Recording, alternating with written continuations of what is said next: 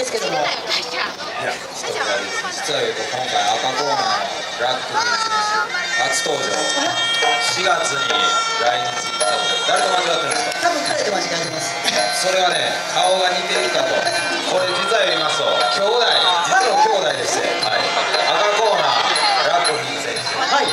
お兄ちゃん、赤コーナーお兄ちゃん。はい、青コーナークンスック選手、弟。兄弟対決なんですはい、ね。そうですね。でお兄ちゃんは、胸会の殿堂であるルンピニースタジアムの、昔ランカーであった上位ランカーでバリバリに活躍してた選手ですね。今はもう引退してトレーナーなんですけど、はい。で弟のクンスク選手は、ボクシングでタイのチャンピオンになっていて、おお。まあ、名前がトンチャイという名字なんですけれども、はい。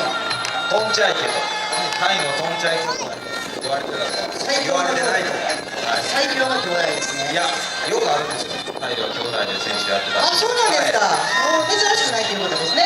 決して。そうですね。まあお兄ちゃんがやってる影響でやっぱりやってたかどうかは、はい、わからないですけど、まあ二人ともタイのどちらの出身なんですか？タイのサラブリーですね。サラブリーの方で。はい、はい。出身でして、まあ小さい頃から一緒に練習したりしてたんであろうなと。はい。非常にいい兄弟。